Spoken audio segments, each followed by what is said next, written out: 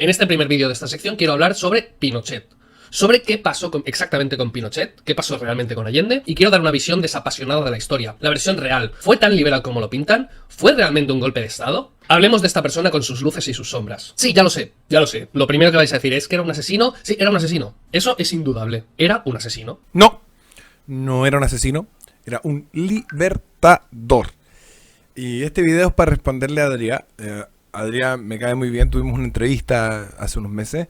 Es uno de los pocos libertarios que más o menos me cae bien, que encuentro que está bien, da la cara, dice las cosas más o menos como él las piensa, no anda con cosas escondidas, como es común entre, digamos, su secta política.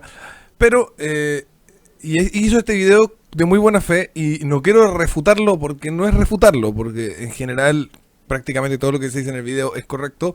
La tesis fundamental del video está bien, exceptuando la parte que dice que Pinochet es asesino, es un libertador de la patria. Pero hay detalles, hay errores y hay omisiones que me gustaría a mí trabajar. Y es por eso que viene este video, donde yo no voy a poner todo el video de Adrián, de Libertad y lo que surja. Lo voy a poner en la descripción el link y ustedes pueden verlo entero. Yo voy a poner las partes en las que yo creo que él se equivoca o le falta información. Así que vamos con este video. Yo le pido al grupo del capitalismo revolucionario que está arriba, por favor, silencio. Vamos a ver qué más hay en toda esta historia chilena. No se puede hablar de Pinochet sin poner en contexto y hablar de Allende. Allende fue el primer presidente comunista en llegar al poder de forma democrática. Es todo un referente moderno por este motivo, porque no tuvo que hacer ninguna revolución, no dio un golpe de estado y llegó por las urnas al poder. Fue la primera vez que la ciudadanía eligió a un presidente comunista para llegar al comunismo. Es importante recalcar que no fue el grueso de la población el que elige a Allende, sino solo un 36,63% de los votos. Jorge Alessandri, que es independiente por la derecha, sacó un 35,29%, muy cerca, y de hecho 40.000 votos, menos de 40.000 votos de distancia.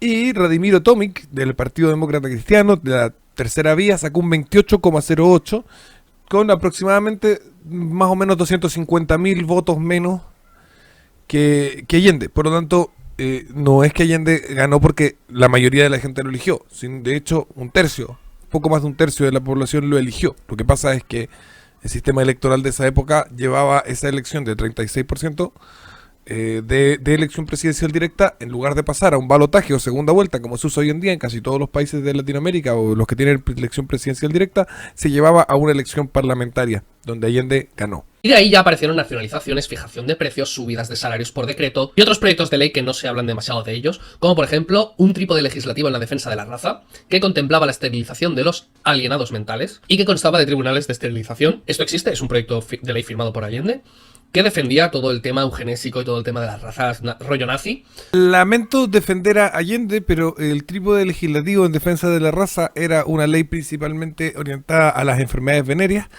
que exigía certificado a los que se casaran y incluía aspectos racistas, que no fue presentada durante el gobierno de Allende, fue presentada por Allende, pero en 1939, no durante su gobierno, para que veamos la diferencia, digamos. No es que en su gobierno él propusiera leyes racistas, lo hizo cuando estaban de moda, en los años 30. Pero bueno, para desmitificar también un poquito más a Allende. También contrató a muchísimos funcionarios, puso a trabajar muchísima gente en cosas no productivas, en cosas del partido, en cosas de propaganda. ¿Y qué pasó? Pues efectivamente, que quebró y colapsó todo. Colas típicas del socialismo, para todo, para absolutamente todo. Inflación histórica, una inflación que no habían visto nunca en Chile, del 606% llegó a ser. No olvidemos que Allende estuvo 3 años en el poder solamente, y en 3 años ya le dio tiempo a hundir toda la economía. El clásico enfoque economicista de los liberales. A ver. Lo que estaba mal en el gobierno de Allende, claramente había un problema con la economía. Es cierto que la economía no funcionaba, pero lo realmente grave era la cúspide de la violencia política. Era la cantidad de ejecuciones políticas realizadas por civiles, por grupos paramilitares de izquierda y de derecha en la noche, en las calles, la cantidad de agresiones, de violencia, se agarraban entre comunistas contra socialistas, socialistas contra anarquistas, nacionalistas contra comunistas, socialistas y anarquistas.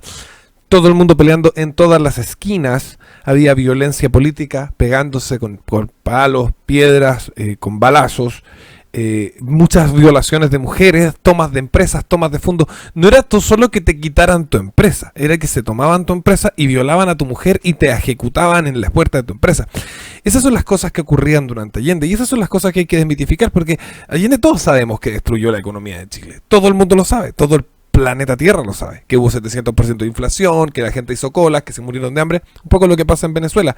Pero lo que la gente no sabe sobre Allende, y sí sabe sobre Venezuela, son las torturas, la violencia política, la capacidad de sus hombres, de sus personeros políticos de asesinar personas, de violentar a la gente, de violar mujeres, de robar la propiedad privada a mano armada, ya no con decretos de expropiación, sino llegar y robar la mano armada con el beneplácito del Estado y de la policía. Eso es lo más grave y eso es lo que llevó al quiebre social en Chile. Sino que decidió encerrarse en el Congreso, él solo se encerró de puertas y redactó una nueva constitución para la que no había sido elegido y no se le había otorgado el poder para poder hacer eso. Es decir, un partido que de golpe decida cambiar la constitución por decreto sin tener la mayoría necesaria para hacerlo, o que decida por decretazo cambiar algo constitucional sin usar las vías constitucionales para ese cambio, eso es literalmente un golpe de Estado, es adquirir poder mediante vías no legales. Eso es la definición de golpe de Estado, porque no necesariamente los golpes de Estado son violentos. Bien, es cierto que Allende escribieron una constitución con algunos de sus amigotes, pero no es cierto que esa constitución haya entrado en vigor en algún momento en Chile. Esa constitución, porque es algo que insinúa aquí Adrián, esa constitución iba a ser supuestamente votada en plebiscito en septiembre del 73, más o menos por la época del golpe. Algunos dicen que el 11, aunque no lo creo, pero en la época del pronunciamiento iba a ser golpe, pronunciamiento, como le quieran decir, siempre digo lo mismo, iba a ser supuestamente, según la izquierda, el plebiscito de esa constitución.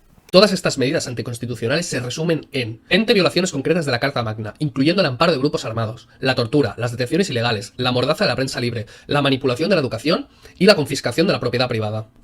En toda la parte que habla sobre Allende, solamente dice lo importante en este segmento que acabamos de escuchar y lo está citando. Y eso es lo que me da mucha rabia, porque en el fondo puede hablar minutos y minutos y minutos sobre la inflación o la fijación de precios, etcétera. Resulta que estaban asesinando gente, torturándola, fusilando personas, violando mujeres, encerrando periodistas, torturando diputados, y todo eso es como, no es lo importante es la economía. Y por ese enfoque nos han ganado la tarima moral los izquierdistas, porque no hemos dicho la verdad sobre las cosas que pasaron. El comunismo no funciona, el comunismo mata gente, esa es la verdad. Y eso es lo que me gustaría a una persona como Adria, a la que respeto con mucho, como dije al principio, que hiciera eso, que tomara esa perspectiva. En esto consistió su golpe de Estado. ¿Qué hizo la población en ese momento? Nacieron las caceroladas. De aquí nacen las caceroladas. Estas caceroladas que se están haciendo tanto por la independencia de Cataluña, o que se hacían en el No a la Guerra, también muy famosas allí. Todas estas caceroladas nacen como oposición a Allende, como un rechazo a toda esta pobreza que había generado. Y hubo muchas manifestaciones multitudinarias en contra de este régimen socialista. ¿Y qué pasa a continuación? Que la Cámara de Diputados se reunió. Pasar por aquí, por esta parte, y no hacer ninguna mención de las papas con gilet, de las agresiones a los manifestantes hechas por el MAP, por el MIR, por los grupos armados del gobierno, que le pegaban a las señoras que hacían los cacerolazos, les sacaban la cresta, les pegaban con palos, les tiraban papas con hojas de afeitar adentro que explotaban en sus caras y que les rompían, porque eran papas llenas de hojas de afeitar. Entonces cuando las tiraban, las hojas de afeitar salían como esquirlas, eran como granadas, digamos, vegetales. Y la violencia y la cantidad de personas hospitalizadas y asesinadas, etcétera, durante esas protestas moría gente. Porque los de izquierda llegaban, se tomaban los camiones de la basura de las municipalidades y se subían arriba con armas y iban a disparar a la gente de derecha que estaba protestando. No considerar también que esta gente de derecha lo que empezó a hacer fue ir a los cuarteles de los militares, a tirarles maíz, diciéndoles que eran unos gallinas porque no se tomaban el poder, porque no los defendían, porque no defendían a la gente de esta horda de energúmenas de izquierda que les tiraban papas con hojas de afeitar, entre otras cosas, y mataban gente con ametralladoras. En eso se produce una cosa que se llama el tanquetazo, que es un intento de golpe de Estado que se dio un mes y medio antes de el pronunciamiento militar del 11 de septiembre, al que los militares sofocaron. Para evitar otro golpe de ese tipo, otro movimiento militar de ese tipo, Allende nombra general en jefe del ejército a Augusto Pinochet, que le había convencido de que era comunista, había convencido a Allende que era comunista, y lo pone en el gobierno, pone a los militares en el gabinete. precisamente por eso Pinochet llega a tener la posición que va a tener después. Si vamos a hablar de Pinochet, tenemos que decir en qué momento se vuelve general en jefe del ejército y cuáles son sus circunstancias. Tu video era sobre Pinochet, la verdad sobre Pinochet. Entonces es súper importante saber que Allende le dio el cargo, y le dio el cargo para defenderlo porque había habido este golpe de estado que había sido el tanquetazo, pedido por la gente que les arrojaba, como te digo, maíz a los militares diciéndoles gallina. En el cumplimiento de sus propias funciones. Y entre todos debatieron un acuerdo y lo votaron para echar a Allende, para que el ejército tomara el control del gobierno y restituyese el orden democrático y constitucional que había hasta entonces. Esta votación fue ganada 81 contra 47. Incluso gente a favor de Allende, e incluso gente que había estado a favor de Allende, del propio partido, viendo todo lo que había hecho, todo el desastre que había hecho, las torturas y el apoyo a los grupos terroristas, lo que hizo fue apoyar que se le destituyera, apoyar que fuera el propio ejército el que tomara el control del Estado. Y se pronunció el ejército. Fue el pronunciamiento militar que se llama allí. Y entonces empieza la etapa de Pinochet. Ahora ya hemos desmitificado a Allende, vamos a desmitificar un poco a Pinochet. Y sí, es un asesino. De eso no hay discusión, de verdad, no hay discusión. Sí hay discusión. Lo primero que se hace durante el gobierno de Augusto Pinochet es acabar con los grupos armados de izquierda. Los grupos armados de izquierda en Chile contaban con aproximadamente 25.000 miembros con armamento de guerra y se encontraban esparcidos dentro de la población en células organizadas clandestinamente. Cuando los militares llegan al poder, lo primero que hacen es desbaratar esas células, haciendo eliminaciones selectivas de líderes enemigos, sobre todo de nacionalidad cubana y rusa. Lo que se hace es desocupar un país militarmente ocupado por potencias extranjeras. Y eso no es asesinar. Disculpen, pero eso no es asesinato. Eso no te hace un asesino, eso te hace un libertador. Y pueden haber habido daños colaterales, personas que no tenían por qué morir, cierto. Pero eso pasa en todas las guerras de independencia. Si no empezamos con que Washington es un asesino, Bernardo Higgins es un asesino, todos los independentistas, la gente que peleó la guerra de independencia de España son asesinos porque probablemente algún daño colateral hubo, probablemente alguna persona que no tenía nada que ver murió. ¿Eso los hace asesinos? No, los libertadores lo que hacen es expulsar a un invasor extranjero. Eso a veces conlleva algunas muertes que no corresponden, pero en Chile murieron 2.700 personas. El ejército enemigo contaba de más de 25.000 efectivos. Es decir, que se hizo un trabajo quirúrgico donde eliminando solo al 10% del ejército enemigo se permitió derrotarlo completamente y ganarle completamente en pocos días, porque la gran parte de las muertes se producen los primeros meses después del pronunciamiento militar. Durante los siguientes años la cantidad de ejecutados políticos va a ser ínfima, y si no consideramos el momento de la toma del poder de los militares, es decir, los primeros 6 o 7 meses, y tomamos, digamos, el ratio de las muertes por causas políticas durante el resto del gobierno de Pinochet, hacemos un promedio de muertes por año, que no lo tengo acá a mano, pero se puede hacer, y lo comparamos con muertes por año por causas políticas desde antes del 73, a Frei Montalva o el gobierno que tú quieras hacia atrás, vas a darte cuenta que la cantidad de personas muriendo por causas políticas, por pensar distinto, durante el gobierno de Pinochet, en general, sin contar los primeros 6 meses, por supuesto, como digo, los primeros 6 o 7 meses, es inferior. Hay menos gente muriendo por pensar distinto durante el gobierno de Pinochet que durante los demás gobiernos anteriores en Chile, partiendo desde la guerra civil del 891 hasta 1973. La cantidad de muertes al año por política es altísima. La gente se está matando entre sí constantemente por razones políticas. Es una constante en Chile hasta Pinochet, que pone término a esto de manera violenta, unos primeros meses de mucha mortandad, donde lo que se hace es matar cabecillas, matar personas importantes que tomaban las decisiones. De no haber sido así, habríamos tenido una guerra civil. Y esto no es cliché. La gente dice, eso dicen los fachos, que si no haber sido así, habríamos tenido una guerra civil. Exactamente. Lo que se hizo fue eliminar las cabezas, no los cuerpos. No se eliminó al grueso de las fuerzas enemigas. El grueso de las fuerzas enemigas quedó desorientada y desarmada y no supo qué hacer hasta los años 80, donde comenzaron recién a rearticularse y fundan el Frente Patriótico Manuel Rodríguez.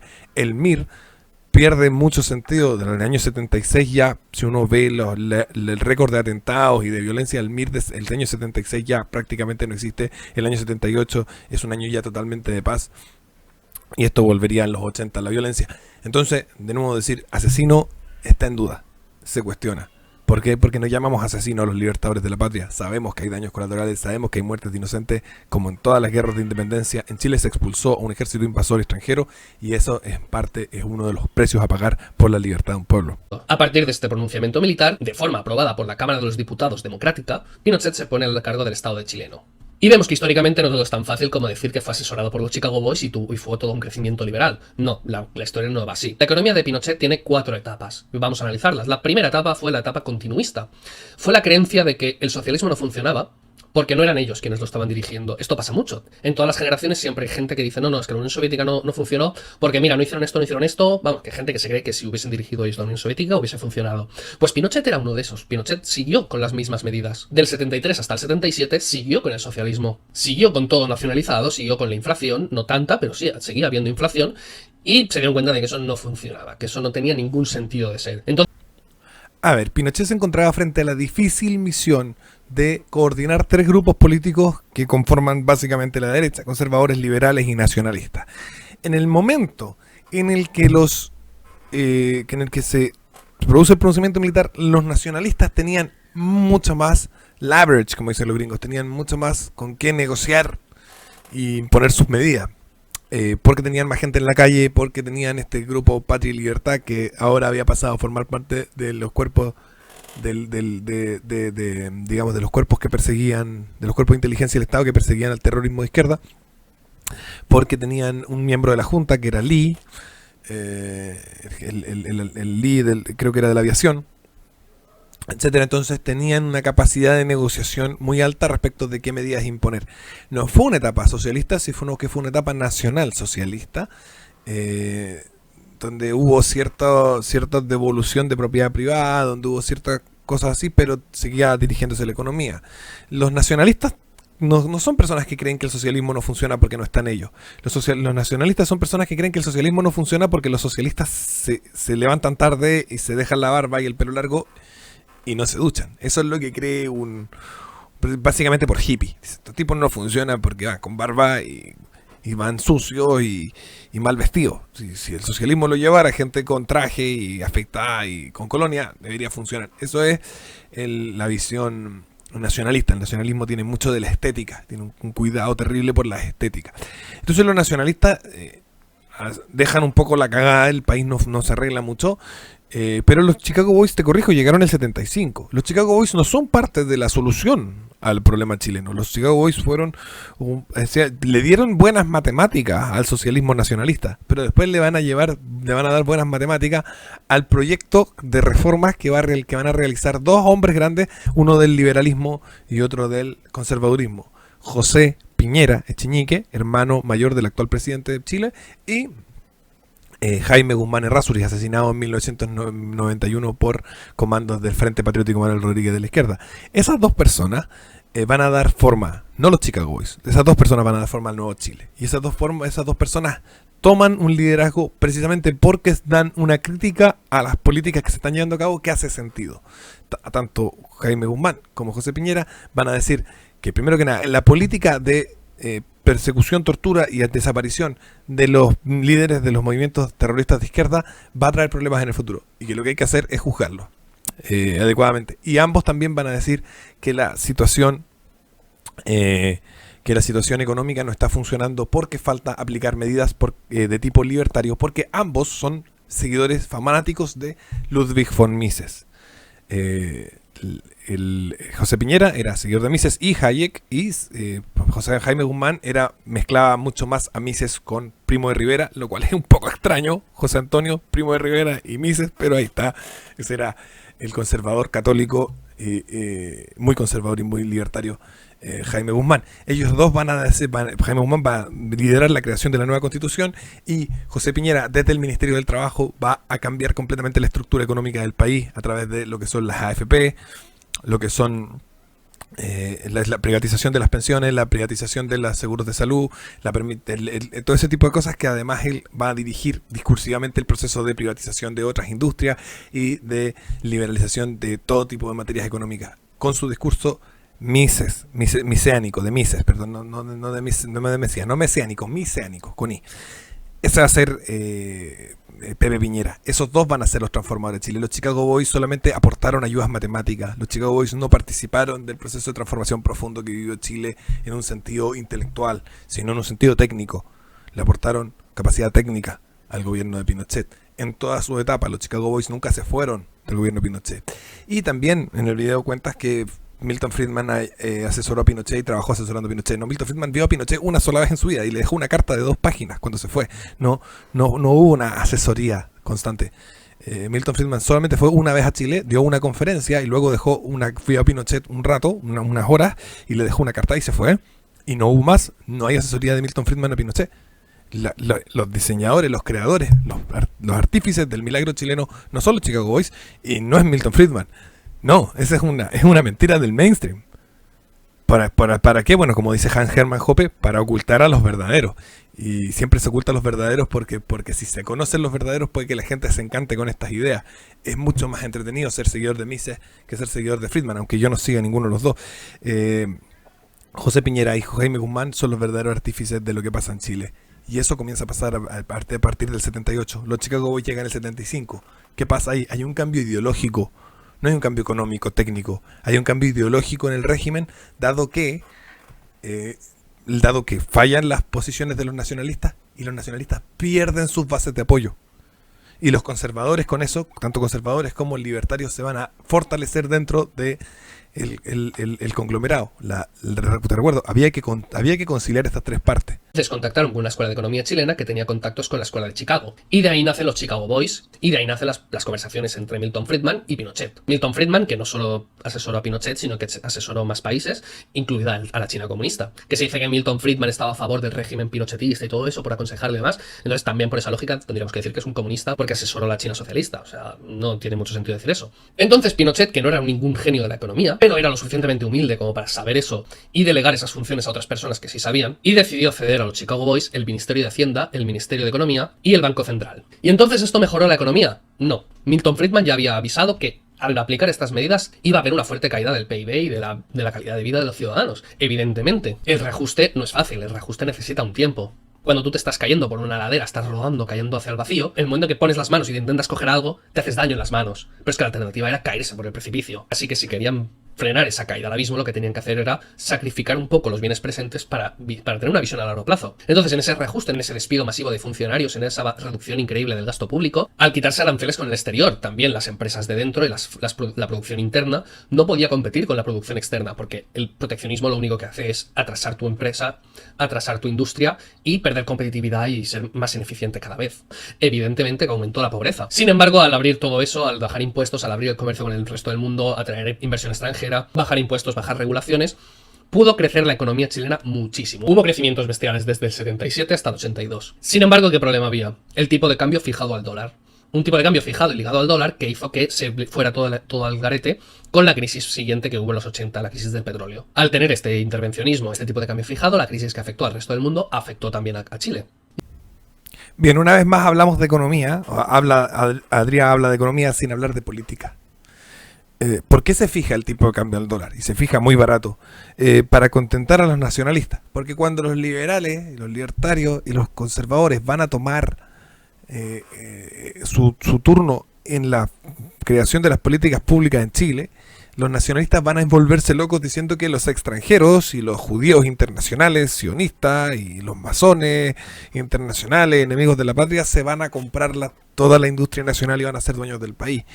Y eso hay que impedirlo de alguna manera. Y la forma correcta que encontraron para impedirlo y que convencieron al gobierno de que lo haga fue, al fijar el precio del dólar muy barato, hacer que para los empresarios chilenos sea muy barato conseguir enormes cantidades de préstamos en dólares para comprar capital extranjero, y al mismo tiempo para los empresarios extranjeros les salga muy caro comprar las industrias que se estaban privatizando. Entonces eso es una maniobra no económica. El régimen no creía que iba a ser mejor para la vida de las personas fijar el precio del dólar.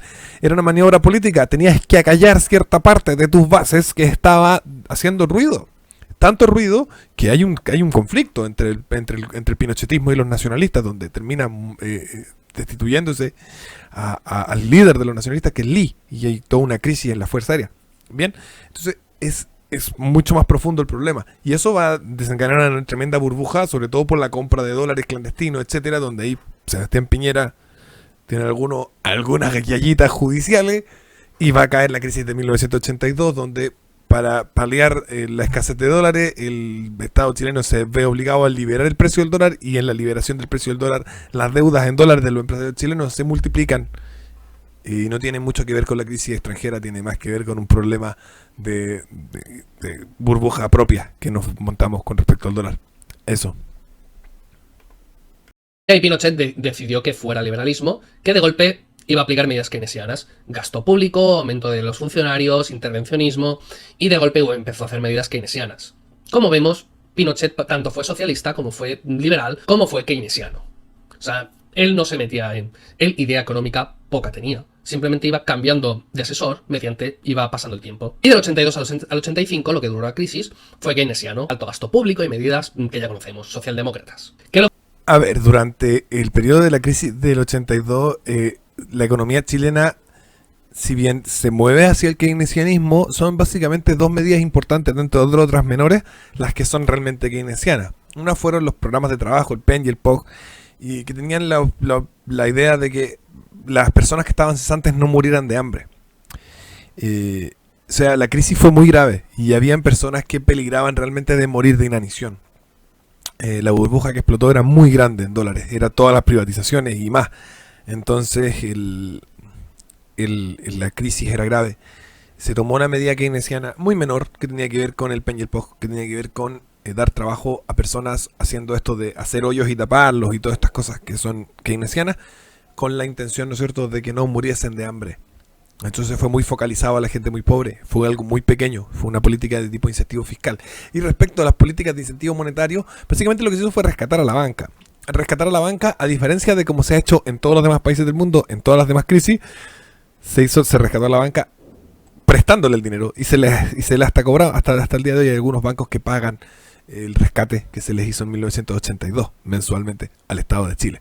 Así que se les dijo, bueno, te rescato, pero no creó el moral hazard, el riesgo moral que se crea cuando se rescata gratis. Dijo, te rescato, pero me lo pagas, así que más te vale no montarte otra crisis, amigo banco. Eso son las medidas principalmente keynesianas, pero por lo general y debajo del telón, la mayoría de las políticas liberales seguían su curso. Las ideas del libre mercado se expandían y avanzaban, las privatizaciones no se detuvieron.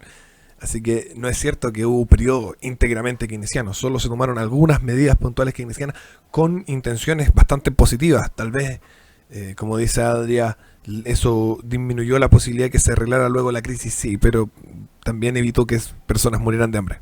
Lo que hicieron fue alargar la crisis, fue dificultar la recuperación, porque cuanto más se entorpece la economía privada, más difícil es que resurja.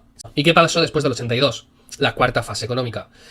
Un liberalismo progresivo. Iba pasando de esa socialdemocracia keynesiana hacia un reformismo, hacia el liberalismo, en el que fue liberalizando poco a poco la economía, fue bajando impuestos, pero no a una velocidad tan grande como había sido la primera vez, en la primera crisis. Y aquí vuelve a ocurrir el segundo milagro chileno. Sin embargo, se le achaca a esta economía que ha creado muchas desigualdades. ¿Y a qué vienen estas desigualdades? Sobre todo a esta cuarta fase, en la que no hubo ninguna transparencia en todas las liberalizaciones que se hacían y en todos los procesos que se hacían. Y que, por lo tanto, la mayoría fueron adjudicadas a dedo a gente del partido, a gente de la cúpula, a gente que tenía cierto poder, ciertos contactos. Entonces, este intervencionismo lo que hizo fue asignar los recursos a la gente pudiente y que perpetuaran estas desigualdades. No.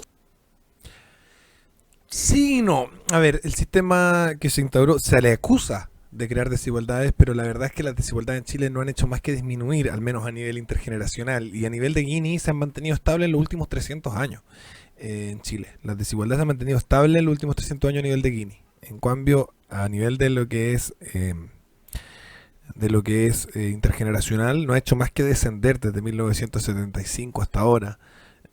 Así que lo que aumenta las desigualdades es más relato que otra cosa. Es cierto que algunas privatizaciones se hicieron por debajo de la manga, aunque no a gente del régimen ni del partido, porque el régimen no tenía un partido.